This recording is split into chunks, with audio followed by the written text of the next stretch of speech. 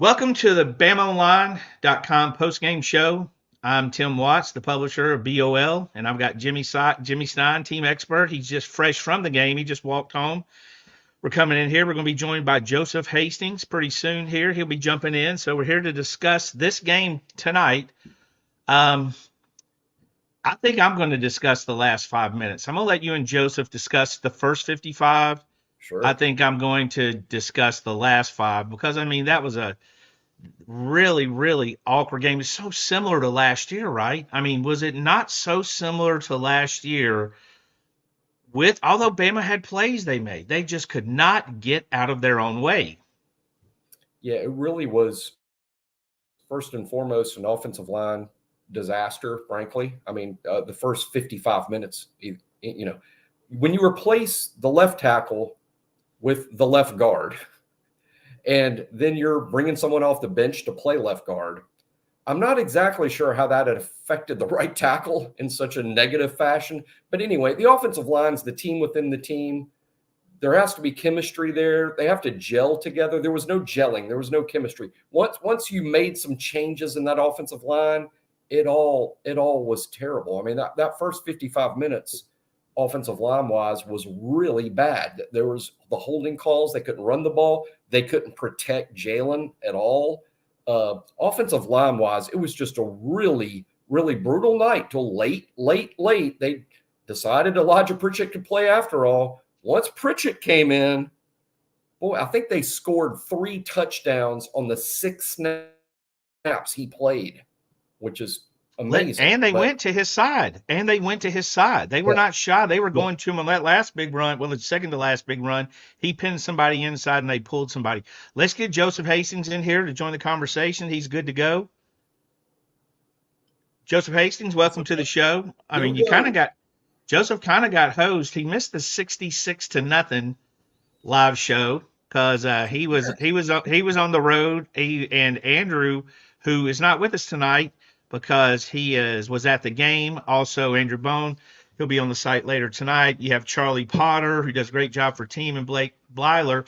They're getting interviews and asking some pretty tough questions or getting some answers. And again, Joe, just the way this game went, very similar to last year, painful to watch in a lot of ways. Had a lot of beautiful plays in it, defensive and offensively, just surrounded by so much mess. Yeah, I'm gonna give some deep analysis here. It was just weird. It was just weird how things kind of played out. From the penalties to, missed opportunities on both teams. Honestly, USF. You think about those 2 touchdowns that they could have had early on in the game. I believe it was early on in the second quarter. The 2 deep touchdown passes wide open that they should have had. They could have gone up a touchdown or 2 on Alabama and really kind of made things a little bit more interesting than they already were. Obviously, Bama broke things open in the fourth quarter. The score is definitely wasn't a 42-16 type game if you were just score watching. But I guess you have to, when you think about positive takeaways, you have to look at how they responded toward the end. It could have easily been a loss. We saw some teams lose some pretty bad games at home today. Think about Notre Dame, think about Auburn losing to Cal. That this is a game that Alabama could have lost and they didn't, and they responded well in the fourth quarter. So while there are some concerns, good amount of concerns, there's also some positives to take away too. I think the biggest thing to me was just the sloppiness of it. The plays, even in the fourth quarter when they take a lead and they let, South Florida comes right down the field, look very easy.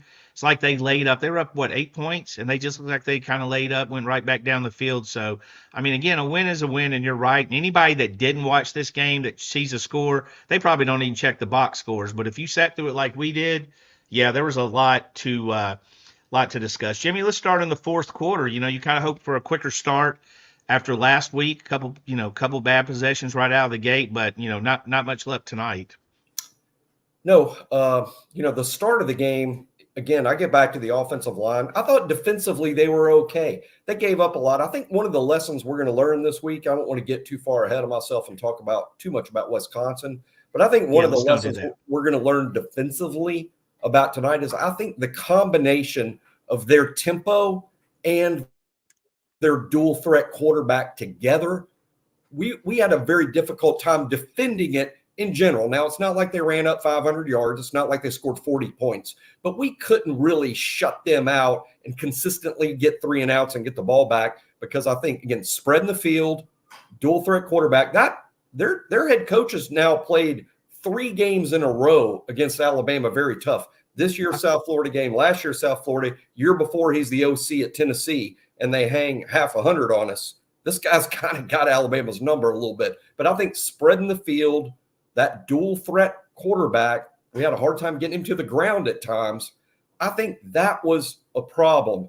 But the biggest problem Alabama had all night was just the failure to get anything blocked up front, except for a handful of successful plays that were called back due to holds. I think they had nearly 200 yards of plays called back because of the holds. You add those 200 yards and those scoring plays, Alabama covers, and no one's talking about the fact this game was close. But that's exactly what happened. They're called back due to the holds. And, hey, they're going to have a lot to work on this week in practice. I think maybe they came into this game thinking they weren't going to show a whole lot, getting into Wisconsin and getting in. Look, they were riding 66-0 high. Getting smacked around a little bit, getting humbled a little bit, it's probably a good thing heading up to Wisconsin where you're going to face a road team, different environment you've never been in before. But, to me, Jalen was like all or nothing. I mean, the deep balls weren't there. They just weren't giving Alabama the deep balls, and we've seen that before. Kept forcing. I think at one time he was 0 for 7, had a couple of pass interferences, had a deep ball to Kobe that was underthrown, and he came back for it. They just were not giving that up. If they got beat, they just grabbed you. But he kept going to it. Joseph, your thoughts? Yeah, I think the one thing that I'm really the one thing that's sitting on my mind right now is throughout the game as well. Is this just a USF thing? Is this just something where you saw last year? Bama won 17-3. It was a really rough game, but that wasn't the team that we saw. Later on in the year, specifically the SEC championship game against Georgia, and Bama did have their struggles at time last season, but they didn't look like that team that played USF. So I'm wondering if that's going to be the same case this year. Is this going to be the wake-up call that Bama needs, where they go into Wisconsin, everything is kind of tightened up a little bit more. The penalties are reduced. It's the wake-up call they need, and then they get that bye week, and then they gain some momentum against Georgia heading into the Georgia game. Or is this something that's going to linger? Those problems that we saw today, the offensive line issues, the penalties, not being able to connect in the intermediate passing game. And honestly, not even be able to connect in the deep passes today. So I think that's the one thing that's kind of sitting on my mind right now is this just a USF thing, USF game, kind of a weird anomaly, or is this going to persist? I don't want to underscore South Florida. They had athletes. They had a lot more athletes than Western Kentucky, and they got after it. Their front seven. They pushed us. They crowded us. Alabama tried to a little bit hard-headed. They're forcing things. And then also throwing the deep ball. I think Jalen was holding on to that. And after last week's success of just dropping them, like that, got Ryan at the end of the game, but dropping them in there for Ryan. I mean, a couple of times he was double covered. I mean, they were on him, pushing him out of bounds. They were very physical.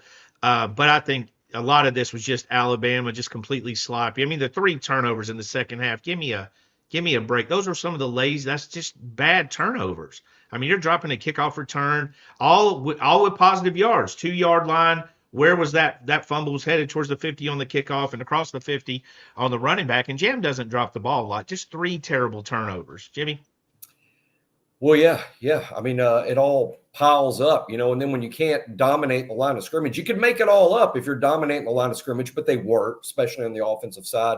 Defensive side, again, giving up, I would say, longer possessions than they should have because they couldn't get the ball back. There weren't a lot of 3 and outs.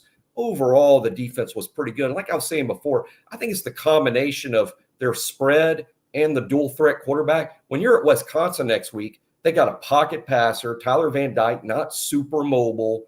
You're facing a quarterback a little bit more like you saw in week 1, where you got a big, strong pocket passer like TJ Finley, Tyler Van Dyke, a little like that. Wisconsin's not going to go crazy USF spread, have a quarterback that can outrun your linebackers. They won't have that. I'll look for Alabama to bounce back on that side of the ball just on that reason alone. But, hey, the good news is you know what you have to work on, and you're doing it after a win. Like Joseph pointed out earlier, this so easily, at one point in the third quarter, this could have been a loss, and you're learning the lessons the way Auburn is this week, the way Notre Dame is this week. Instead, they found a way at the end. And, again, I'm going to point out that when they substituted Elijah Pritchett in at right tackle, not the left side like he played last week, they put Pritchett in the game at right tackle in the end of the fourth quarter. I think they scored 3 touchdowns on the 6 snaps he played. And, that's not the ultimate indictment on Formby, who had struggled earlier. But, boy, you really got to scratch your head. 4 holding calls on him. They take him out. They put Pritchard in, and then it's a scoring fest. Well, that's a position Pritchard's a little bit more comfortable with, and he's more used to playing with stepped in. I thought he had some good blocks on that, and I found it interesting they went right behind him. And I mean, again, I think when you look back at the tape, he did a good job in his limited snaps. And what a 180 from last week, right? I mean, last week Pritchard was, a lot of the blame. A lot of people thought Pritchard really struggled, and today to come in again, it's a small thing, small sample size play wise, but they went straight behind him, were very aggressive. And get it going. But that whole first half to me, and then you get the long kickoff return to start the second half, and you're like, here you go. And Kendrick Law, of all people, just basically dropped the ball. I think he slapped at it, but I mean, he's more of a basketball turnover than anything. Joseph? Yeah, one thing about this game heading into it, and we did our staff predictions. I thought Bama was going to get off to a fast start, especially in the passing attack, because that game against Western Kentucky was really dominated by the running game. 334 yards on the ground. You had over 200 yards passing, but a lot of it, it's the Ryan Williams, big receptions, and not really a lot from the passing attack. I thought we were going to see it opened up a little bit more, and you just weren't able to get much done in that area, and also in the running game too, up until the fourth quarter, when they were able to break things kind of loose. So with this game, I think you can look at it 2 different ways. Do you look at Alabama being the team that we saw the first 3 quarters and those problems potentially lingering on the rest of the year, or do you look at it that fourth quarter, how they were able to get things going and how things clicked, both in the passing and running attacks, and move on with positive momentum from there? I'm a little bit right now. Instant reaction, I'm a little bit split 50-50 on it. But look, Alabama's got a good coaching staff. They've got good players. I think they're going to be able to correct things. And you'd rather have this wake-up call now with a lot of time to correct it later in the season than later on and have a moment of realization then.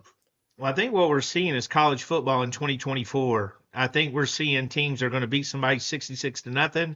And then I think they're going to see a team that's, up 1 point in the fourth quarter is a 31-point favorite. Mm-hmm.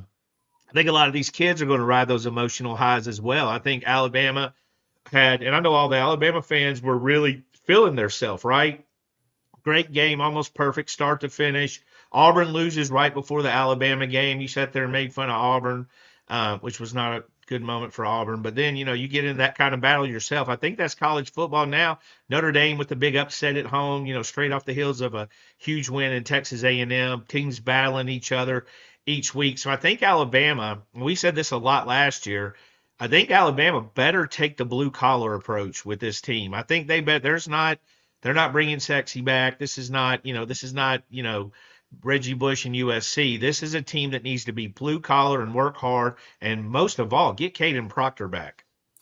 I think any fan tonight that has the take of this team's overrated, this team stinks, there's too many problems, this will never be fixed, they're not good. I mean, did y'all watch the season just 1 year ago against this very team? I mean, it was a poor performance against South Florida that sort of launched the rest of the season, which obviously ended in an SEC championship and playing in the college football playoff. There's no reason to overreact to what happened tonight. But what it is, like Tip said, it's a wake-up call. It's like, okay, you've got these things to work on. The offensive line, we should have known there would be a step back. You lose the left tackle that played last week. You move the left guard out there. You start Geno Vandermark at left guard. You expect a step back. All of us should have said, well, the offensive line won't be what it was last week. But I don't know that we expected that. I mean, it was actually a collapse from one tackle to the other. They got to work on that first and foremost. I'm not sure Jalen played his best game. I expected him to play really well. I don't think that he did. But on the other hand, it's very tough to ask a lot of the quarterback when he's not getting a lot of protection. There's not a lot of holes in the run game when they're not holding. So, there's a lot to work on and some to work on defensively. But you're going to face such a radically different type of offense next week. That'll be real interesting to see how they adjust to that. I think the most Joseph, talk about the defense. I mean, they had great moments most of the game, and then they would just have a drive where they could do nothing right. They Yeah, just have a drive where a quick pass, a long run, a penalty. The targeting on Jefferson. I know I'm old school football. That's not, to me, that's still not targeting. I know by definition it definitely is.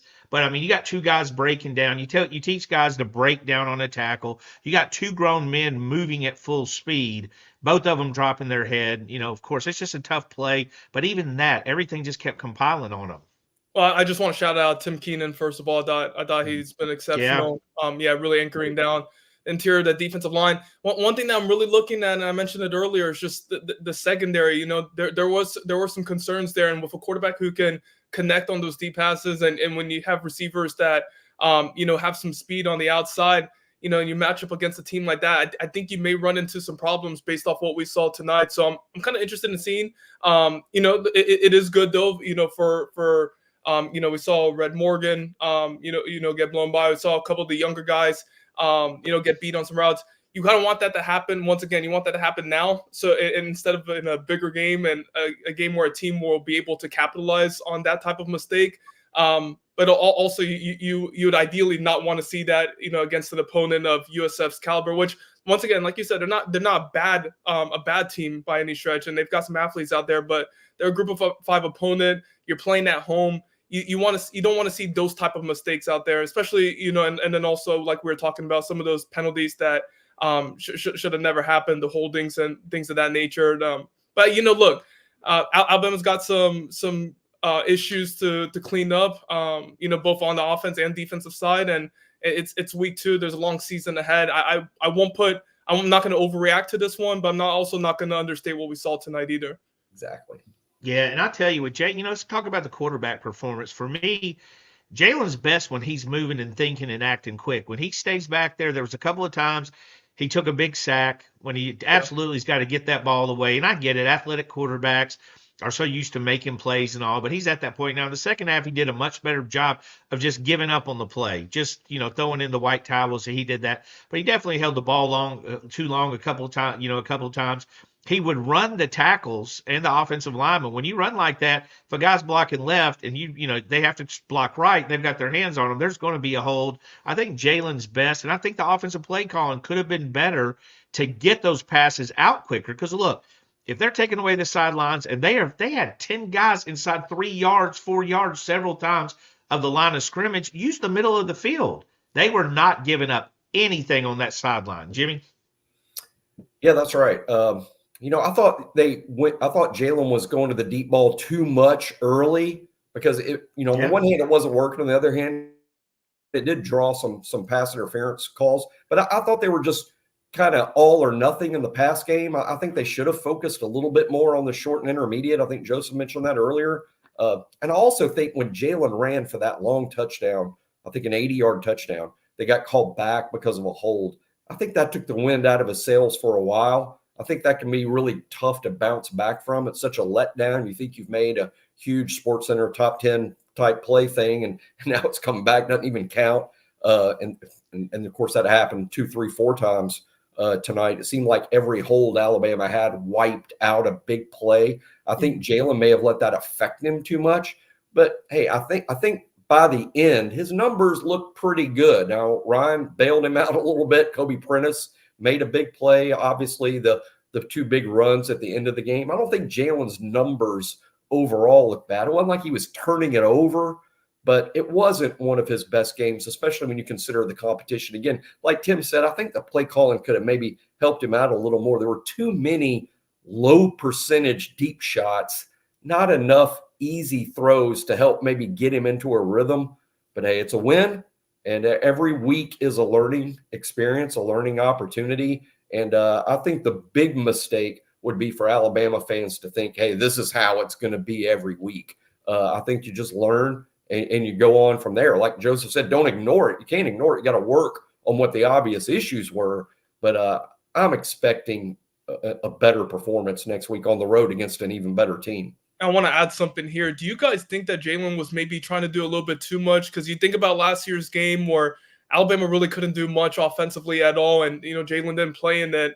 I'm wondering if, especially with those deep shots that he took, Ryan was in double coverage a lot, and it wasn't really open, but it seemed like he was trying to be like, okay, this is what was missing last year, or that he was trying to do a little bit too much.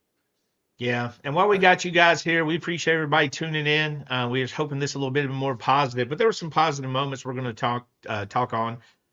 If you get a chance, hit that like and subscribe button. We like to hear if you like the content. We appreciate you doing it. We're jumping on 30 minutes after each game, win, lose, or draw, as long as we have enough people. Sometimes you got guys on the road and everybody does different things, but give us a thumbs up, and we like you guys showing up, and we see you participating and pretty active in the comments right now. But the one thing I'm not, and I get in trouble on the Bama Online Roundtable. I'm not one to really blame the officials, and I'm not going to blame them tonight. But 24 friggin' penalties for 200 plus yards, and I mean both sides. Between the South Florida guys catching a cramp every time Alabama had a 10-yard play, which is bullshit. Why they can't fix that, I don't know. Sit his butt down if he's injured. One guy laughed and ran off the field. They're literally taunting him.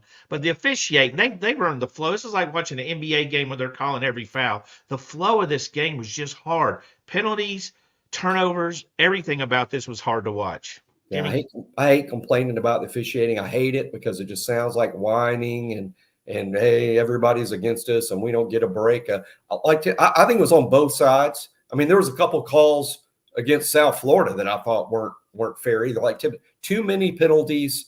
The game lasted forever. Trust me, especially when you're there. The game lasts forever. It was ugly because of all the foul calls. I do the rewatch every week. I'm going to do, again, Sunday, Monday, maybe bleeding into Tuesday, but I'm going to do the rewatch. And one of the things I'm going to focus on are those calls. And, maybe it'll seem less whiny if I'm complaining about it on Monday and Tuesday instead of right after the game. But we'll see how many of those calls stand up when you're really looking at it closely. I again, felt like, gosh, all the hold, and they all seem to be impactful, guys. Sometimes there's too many fouls, but this game, all of the foul calls all the penalties seem to negate big, exciting plays that would have made the game so much easier and so much more entertaining to watch. Then they're all coming back. And hey, if they're all holds, they're all holds. I'm guessing, though, before I watch the playback, that they probably weren't all holds that should have been called. Joseph, let's talk about a couple guys on defense that stood out towards you. You mentioned Tim Smith earlier. Talk about anybody, just anybody you had thoughts on who made big plays or, impressed you tonight. Yeah, I thought Justin Jefferson started to really emerge, and it's unfortunate that got the targeting call, which by the definition of targeting, it whether you like it or not, that was targeting. He's gonna miss that first half against Wisconsin. I think that's unfortunate because I really liked what he was doing. It wasn't necessarily his defensive play, but Jalen Mbakwe, stepping in after Cole Adams got hurt. Hopefully everything's okay with him. But Jalen Mbakwe, that punt return, got it down to near the 30-yard line. Like to see that, just the true freshmen standing out, both him and Ryan. They were two of those leaders of that 2024 class, and they've really emerged in these first two games. And I know you said defensive side, but I'm gonna have to switch over to offense and highlight Ryan too. I mean, he has just been sensational, as advertised. A true difference maker. We talked about the penalties. I also agree. I thought there were too many, but I thought there could have been a couple that Ryan drew that weren't called, and that just really goes to show the type of threat he is. So, some of those younger guys standing out, and also those veterans too. Jimmy, your thoughts on the defense? Yeah, I thought overall they really weren't bad. I think South Florida is very tough to defend. Again, when you're playing the spread and you have a true dual threat guy, I think he rushed for over 100 yards. Real big kid, too. Tough to get to the ground. I thought overall defensively they were fine.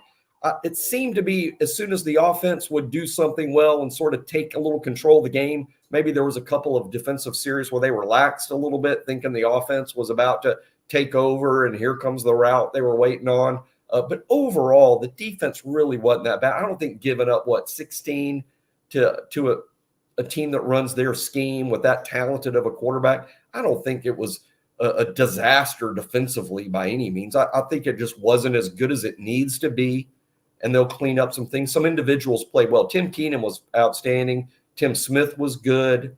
Both Deontay and Jihad inside, along with Justin Jefferson, I thought they were probably as good as any defenders tonight. They rotated at corner a lot. I don't know how much you guys can see on TV, but at the stadium, they were constantly rotating the corners. Damani, Mbakwe, Deshaun Jones played quite a bit. Xavier Brown was out there quite a bit. So they rotated at corner. They didn't play as many players as they did a week ago, not even close. But at corner, they did. They kept those guys rotated through. Keon Sabb played pretty well. Malachi played pretty well. Overall, I thought defensively it was fine. It wasn't great. It wasn't awesome, but it was fine. Offensively is where the problems were tonight. Right. For at least 50 y'all are minutes. not skipping through offense and defense. Joseph did it, and now Joseph's getting skipped for a while. Defensively, I thought both Tims played well. I thought Jefferson made some plays. I thought Jihad had some nice plays. Campbell was running around out there. So a couple of nice plays in the secondary. It wasn't an individual play for the most part. I think if you pull 2 or 3 series out of that game, you'll see they had really bad series. A missed tackle, a penalty. Again, that 3-play drive to get inside the 10 or whatever is kind of, wild along with the Jefferson penalty. So I think that's more of my thing was like, you get 8-point lead, put them away. They come straight right back down the field. That's where I thought the killer instinct didn't set in. Now later on they did, but I thought Tim Smith, we've been waiting for him. I thought he was fairly active. Keenan's just a monster. I mean, he just collapsed the pocket a few times. LT Overton was busy. I don't know if he got home enough, but he was really busy. All right, skip to offense, Jimmy. Let's go over there. Tell us some of the guys that stood out to you. Well, Jam, the fumble's big and really big. And, I almost hate giving him credit for what he did post-fumble because the fumble is bad. But he did make the big play at the end. He looked good. Justice scored at the very end. Again, they didn't get a lot of help from the guys up front. I thought Milroe was okay. Ryan and Kobe both made huge. Kobe Prentice and Ryan Williams made huge plays at wide receiver. Jeremy Bernard, his most active game, only with 1 catch last week. Jeremy, I think, had 6 or 7 catches today. Not any big plays, but obviously they were trying to get him the ball. He did fine, but Ryan, we should just really do all of these shows on Ryan all the time. I mean, he really is special, and I know after everyone hears us doing this for 3 years, we'll be running out of words, but he's truly special. He's so comfortable on the big stage. No moment is too big for that guy. If you put him at the Super Bowl next February, that's not going to be too big for him either. He's just really comfortable with the spotlight. He'll make a big play when you need it. He has remarkable playmaking maturity for a 17-year-old, and obviously getting Ryan the ball every week is going to be a thing. He's not a novelty act. He's a go-to receiver on this team, and even against Wisconsin and Georgia, the big boys, you got to get it to Ryan 5, 6, 7, 8 times. He's just a playmaker. I do think you have to watch that becoming a crutch. I mean, Ryan's going to draw a lot of attention. I thought Kobe Prentice played well tonight. He had a catch called back down there. He made a hell of a play on that ball. That ball was underthrown. The defender was laying on top of him. I think a hold called back that play, if I remember correctly. Offsetting penalties. He had pass interference and still caught the ball. So I think when you get Ryan's going to be open deep, but I mean, you're going to get into the SEC who's got good corners. You're playing some guys. You see Georgia coming up, different level athlete. Can't fall in love, kind of like Blake Sims did with Amari Cooper. Of course, that's probably the best guy you could ever throw to. Amari Cooper was never covered a day in his life somehow. But I thought Kobe did a really good job, and Jeremy did. Although Jeremy has literally no pads on. He's wearing biking shorts. Did you see that? Like they were like 4 inches above his knee, and he's thinned the pad out on his thigh. Like, man, if that dude catches a helmet, that's going to be quite painful. Joseph, who stood out to you? Yeah, I'm gonna stick with Ryan just because I wanted to mention. Jimmy mentioned that the stage is never bright for him. I mean, there's a video of him at 7 or 8 years old where he says, "I'm Hollywood Williams and I'm the best receiver in the nation." After his state championship loss against Clay Chalkville last year at Bryant-Denny Stadium, the next morning he texts his coach and wanted to get some work in. He stayed the night in Tuscaloosa, wanted to get a workout in. I mean, that just goes to show the work ethic and how exceptional he is in his craft. Jimmy mentioned Jeremy too. I wanted to talk about him. I thought he did pretty good in certain spots, and look, I mean, the passing attack wasn't consistent tonight. The running wasn't really consistent. But when they got things going in the fourth quarter with Elijah Pritchett coming in, running behind, to his side multiple times, I thought things really kind of started to flow more. And Kobe Prentice too stood out. I saw Caleb Odom got a catch. It was nice to see him, get a reception too. So.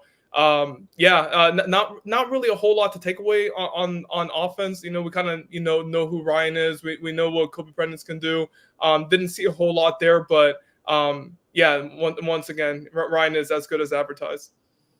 I think going into Wisconsin, this is about maybe the best thing you could have hoped for. I don't think you wanted it quite like this, but there's a lot of stuff to work on this league. Last week, it was probably hard to get a kid in a film room and tell them we got to work harder, we got to get better, we got to keep working to get better. After you beat somebody 66-0, nobody really wants to hear that. I think this week the film study is going to be brutal on basically everybody. I think it's going to start at the top, and it's going to go. Even James Burnett really didn't have a good night. I think he averaged 42 yards. He had that one punt. There's another play. James Burnett had a punt going backwards, which I don't know if I've seen in forever. On top of everything else. So I think there's plenty going in this Wisconsin game. Just a brief glance. So they beat South Dakota State today. I think it's 27-13. Not a lot of offense in this game. I don't know much about South Dakota State, but I think that's going to be a pretty good test for Wisconsin when Alabama goes up there. But I do think they have to iron things out. I think they're going to look every defense, and I'm not sure Wisconsin will have the same athletes as South Florida or not. I don't know. But every defense is going to try to keep them from taking the top off with Ryan. That's just a given. That's why I think guys like Kobe, we know Jeremy's good, but Kobe has a chance to step up and be that guy. We saw a couple passes to tight ends that I think we're going to see more in the future. And this game plan, y'all tell me if you agree with this. This was probably less vanilla than last week, but it was in the vanilla tree. I think the game plan was in the vanilla family. Mm-hmm. Well, there's no way they want to show everything before Wisconsin and Georgia. I'm sure the staff figured, hey, these first two games, we can play it vanilla. We can just play it simple and win these first two games just by not making too many errors. But then they come out and make quite a few errors, but no, I think there'll be more that they show in the next 2 weeks. But you better pack a lunch. And I know Wisconsin hadn't been super impressive in terms of their scores, beat their first two opponents, but this is a completely legit Big Ten team on the road. They're not going to be, the stage isn't going to be too big for them. Luke Fickell's an outstanding head coach, obviously, or wouldn't have gotten that job out of Cincinnati. Tyler Van Dyke certainly has had some successes in his career. You better get ready to play against Wisconsin. I don't think they'll keep a whole lot in the closet for Georgia. They know they may have to empty the closet against Wisconsin just to get out of there with a win. Yeah, and guys, one more time, if you get a chance, please like and subscribe. We appreciate y'all being here. It's our first two live shows the last 2 weeks. Me and Jimmy will probably be pretty staples. Everybody else will rotate in, and some nights we'll have more than others. But we appreciate everyone turning in on Saturday night. Not the best circumstances, but again, better than circumstances than other schools in the state. Right? Could be worse. Jimmy, give us some final thoughts. Give us some final thoughts on this game, and as we head into Wisconsin, then of course Georgia. Don't read too much into the bad stuff. It was bad, but they need things to work on. Sometimes I heard DeBoer briefly talk to the cameras when the game was over, and he said, "Hey, sometimes you need to know things. Sometimes it helps to know what it is you need to work on." And we all know that the 17-3 win over South Florida last season was a bit of a launching pad for the rest of the season. Don't read too deeply into it, but at the same time, let's discuss what went wrong. We can do that all week on the round table and discuss what they might need to do to fix it. My last thought is, I wonder next week against Wisconsin if we might see Caden Proctor at left tackle and Elijah Pritchett at right tackle. JoJo? And one thing I want to see is just Jalen Milroe being comfortable, confident, not playing too anxious against Wisconsin, like he did tonight. Don't always need to make the big throw. Don't always need to go 60, 70 yards down the field. Take what the defense has given you. Would like to see some more of those design runs. They really kind of paid off, especially in the red zone. And had Wilken not gotten that holding penalty, like Jimmy mentioned, could have been a 75, 80-yard run that he had there. So just ground and pound. Would like to see that against Wisconsin. They ran it for 334 yards against Western Kentucky. I think they've got not similar production, but they can have a monster day on the ground up there in Madison. So yeah, that's one thing to, just going to the ground game, Jalen being more comfortable. I mean, he's one of the leaders of this team. They follow him. If he's playing anxious, everybody else kind of tenses up a little bit too. So yeah, just want to see him more comfortable.